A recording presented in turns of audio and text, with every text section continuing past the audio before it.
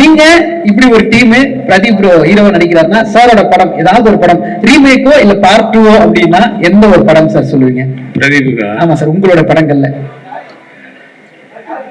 பிஸ்தா இயக்குனர் மறுபடியும் மறந்துடாதீங்க. அது வந்து ஐ லவ் தட் ஃபிலிம். அந்த கோமாளி நீங்கள் நீங்கள் பண்ணும்போது அந்த சீன் சொல்லும்போது அந்த படத்தில் அதை பார்க்கும்போதெல்லாம் எனக்கு ஏன் இவர் நடிப்புக்கு வந்துட்டாருன்னு யோசிச்சேன். ஆனால் நடிப்பும் பண்ணுறீங்க. ஸோ அதையும் சைடு பை சைடு பண்ணுங்க. புஷ்பா 2 வந்து இப்போ பழைய கண்டென்ட்டுப்பா அப்படின்னாங்க. நான் நேற்று தான் பார்த்தேன். கண்டென்ட் பழசா இருந்தாலும் சீன்ஸ் எல்லாமே புதுசா இருந்தது. அதெல்லாம் அதனுடைய வெற்றிக்கு வந்து அந்த மாதிரி கண்டென்ட் என்னதான் இருந்தாலும் அம்மா தான் அப்பா தான் அந்த மாதிரி தான் இருக்கும். சென்டிமெண்ட் சீன்ஸ் எல்லாம் இருக்குதான் செய்யும். ஆனால் அது சீரியல்ல எப்படி சொல்றாங்க அந்த மாதிரி சொல்லக்கூடாது, இந்த படத்துல எப்படி சொல்லியிருக்காங்க அந்த மாதிரி சொல்லக்கூடாது, நம்ம புதுசா வேற மாதிரி சொல்லணும் அப்படின்னு சொல்றாங்கல்ல. அந்த மாதிரி இன்னைக்கு இந்த படத்துல கூட சில சீன்ஸ் இருக்கு. நான் பார்த்தது அந்த கிளைமேக்ஸ் கிட்ட எல்லாம் இதெல்லாம் வந்து ஏற்கனவே வந்த மாதிரி இருந்தாலும் சீன் புதுசா இருக்கும், கண்டென்ட் புதுசா இருந்தாலும்.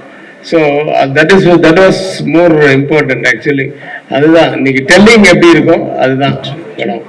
அடுத்து வரப்போறத பத்தி சொல்லணும்னா நம்ம உலக நாயகன் அவர்களுக்கே வந்து டைட்டில் கார்டு கொடுத்தவரு. இவரோட பேர் டைட்டில் கார்டுல வருது அப்படின்னா நம்பி இந்த படத்துக்கு போலாம் அப்படின்னு தியேட்டர் பக்கம் எல்லாருமே கிளம்பி போயிடுவாங்க. அப்படிப்பட்ட ஒரு டைரக்டர். இவரோட படங்கள் ரிலீஸ் ஆகுதுன்னா 2 ஃபேமிலி பயங்கர ஹாப்பியாகவும், ஒன்னு படம் எடுக்கிற ப்ரொடியூசர் ஃபேமிலி, இன்னொன்று படம் பார்க்குற ஆடியன்ஸ் ஃபேமிலி, இப்படி பல வெற்றி படங்கள் நமக்காக கொடுத்த எல்லாருக்கும் பிடித்த கே.எஸ். ரவிக்குமார் சார் அவர்களை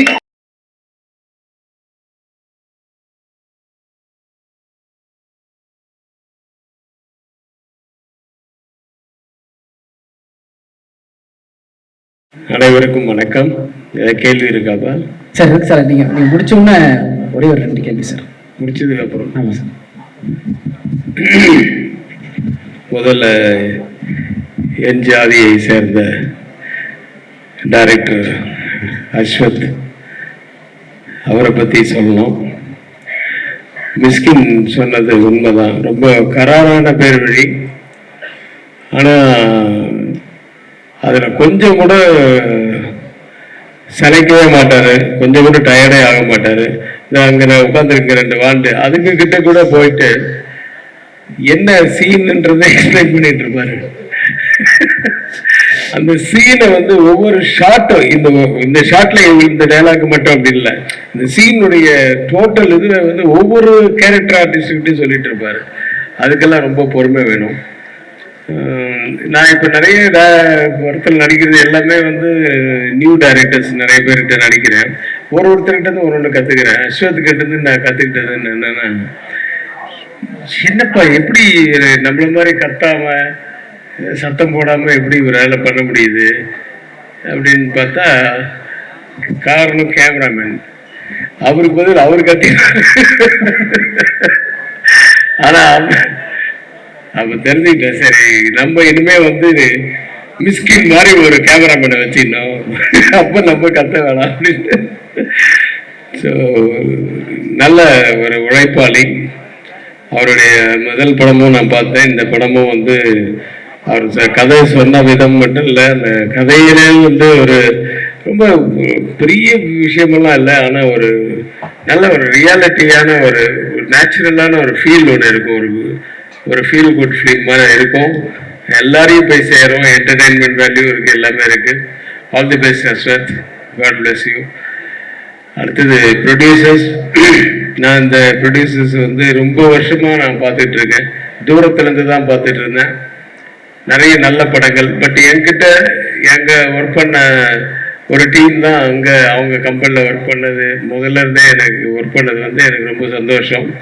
தேனப்பன் என்கிட்ட இருந்தார், அவருக்கு இருந்தார் வெங்கட், மாரியப்பன், இவங்கெல்லாம் வந்து என் ஆஃபீஸில் ஒர்க் பண்ணிட்டு இருந்தவங்க. அதுக்கப்புறமா அங்கே போனாங்க. அந்த கம்பெனி மிகப்பெரிய லெவலில் வந்து இருக்கு. இன்னும் நிறைய படங்கள் பண்ணுங்க, நிறைய வெற்றிகளை கொடுங்க, வெற்றி படங்களாக கொடுங்க. All the very best. Hero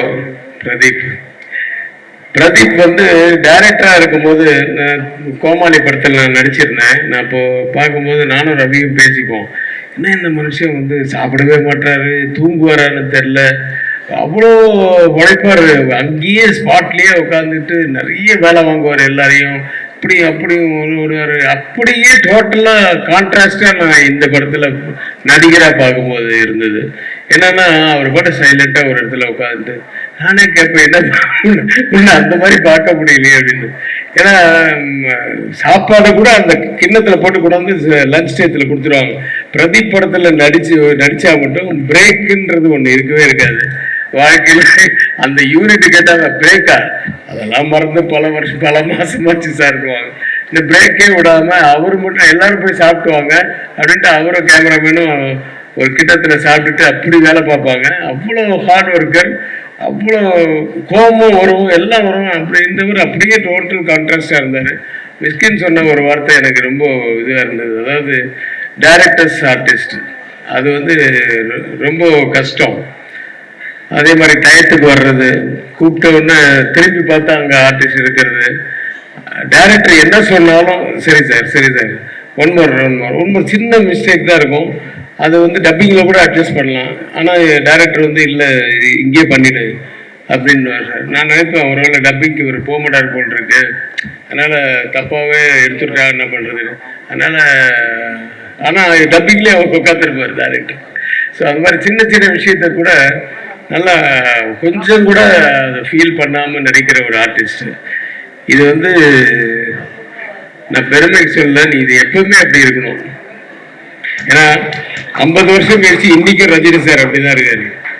Rajini sir உங்களை மாதிரி அந்த ஸ்கிரிப்ட் நடக்கும்போது தான் ஃபுல்லா வந்து வந்து வந்து வந்து ஃபுல்லா அவர் மண்டையில ஏத்திக்கிட்டு பாரு, கரெக்ஷன்ஸ் சொல்லுவாரு, நல்லா இல்லைன்னா மாத்திப்பாரு, அப்புறம் நம்மள மாத்தினா நல்லா இருந்ததுன்னா ஏத்துப்பாரு, அந்த மாதிரி நிறைய பண்ணுவாரு.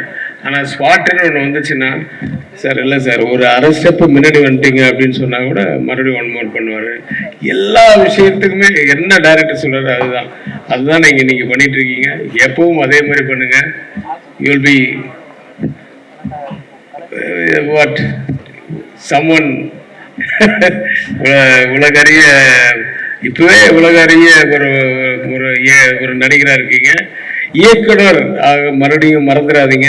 அது வந்து ஐ லவ் தட் ஃபிலிம். அந்த கோமாளி நீங்கள் பண்ணும்போது அந்த சீன் சொல்லும்போது அந்த படத்தில் அதை பார்க்கும்போதெல்லாம் எனக்கு ஏன் இவர் நடிப்புக்கு வந்துட்டாருன்னு யோசிச்சேன். ஆனால் நடிப்பும் பண்ணுறீங்க. ஸோ அதையும் சைடு பை சைடு பண்ணுங்க. அப்புறம் ஹீரோயின்ஸ் 2 ஹீரோயின்ஸ், ஒரு ஹீரோயின் தான் என் கண்ணில் காமிச்சாங்க. எனக்கு பொண்ணுன்னு சொன்னாங்க. அவர் ஒரு ஷாட்டோ 2 ஷாட்டோ ஒன்றா நடித்தோம். பட்டு ரொம்ப நல்ல அனுபவம். நான் ஹைதராபாத்தில் இங்கெல்லாம் நடித்தது. தேங்க்ஸ் ஸ்வத் and thanks AGS. see you again Pradeep. எப்படி வேணாலும் அண்ட் நன்றி. இந்த படம் மிகப்பெரிய வெற்றியடைய எல்லாம் வல்ல இறைவனை பிரார்த்தித்து விடைபெறுகிறேன். நன்றி சார். நீங்க இப்போ உங்களோட படங்கள் வந்து எவ்வளவு ரசிச்சிருக்கோம் அப்படின்றது தெரியும். இந்த மாதிரி ஒரு படம் கெரியர்ல பண்ணோம் அப்படின்னு அத்தனை ஆக்டருக்கும் ஆசை இருக்கும் சார். இப்போ நீங்க இப்படி ஒரு டீம் பிரதீப் ப்ரோ ஹீரோவா நடிக்கிறாருன்னா சாரோட படம் ஏதாவது ஒரு படம் ரீமேக்கோ இல்ல பார்ட் 2 அப்படின்னா எந்த ஒரு படம் சார் சொல்லுவீங்க? பிரதீபுக்கா? ஆமா சார். உங்களோட படங்கள்ல பிஸ்தா.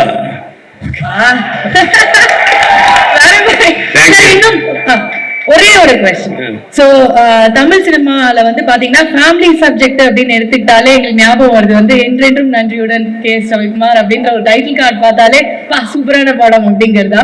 சோ இப்ப வர படங்கள் இந்த ஜான்ரா பிலிம்ஸ்ல வந்து இந்த ஜெனரேஷனுக்கு ஏத்த மாதிரி டிராகன்ல ஃபேமிலி வேல்யூ அவங்களுக்கு ஏத்த மாதிரி சொல்லி கொடுத்துருக்காங்க. சோ இந்த மாதிரி படங்கள் வர்றத பத்தி நீங்க என்ன நினைக்கிறீங்க? இல்ல, காலங்கள் மாற மாற அதுவும் என்ன எப்படி போதோ அதே மாதிரிதான் நம்மளும் போகணும். அது வந்து ஒரு வளர்ச்சி தான். ஃபிலிம்ன்றது இன்னைக்கு எப்படி டிஜிட்டலா மாறிச்சோ அதே மாதிரி அவங்க தாட்ஸ் கூட வந்து இன்னைக்கு ஆக்சுவலா ஃப்ரெஷ்ஷா இருக்கு. சில சீன்ஸ் எல்லாம் இப்போ நிறைய பேர் எனக்கு சொன்னாங்க புஷ்பா 2 வந்து பழைய கண்டென்ட்ப்பா அப்படின்னாங்க. நான் நேற்று தான் பார்த்தேன். கண்டென்ட் பழசா இருந்தாலும் சீன்ஸ் எல்லாமே புதுசா இருந்தது. அதெல்லாம் அதனுடைய வெற்றிக்கு வந்து அந்த மாதிரி கண்டென்ட் என்னதான் இருந்தாலும் அம்மா தான் அப்பா தான் அந்த மாதிரி தான் இருக்கும். சென்டிமெண்ட் சீன்ஸ் எல்லாம் இருக்குதான் செய்யும். ஆனா அது சீரியல்ல எப்படி சொல்றாங்க அந்த மாதிரி சொல்லக்கூடாது, இந்த படத்துல எப்படி சொல்லியிருக்காங்க அந்த மாதிரி சொல்லக்கூடாது, நம்ம புதுசா வேற மாதிரி சொல்லணும் அப்படின்னு சொல்றாங்கல்ல. அந்த மாதிரி இன்னைக்கு இந்த படத்துல கூட சில சீன்ஸ் இருக்கு நான் பார்த்தது.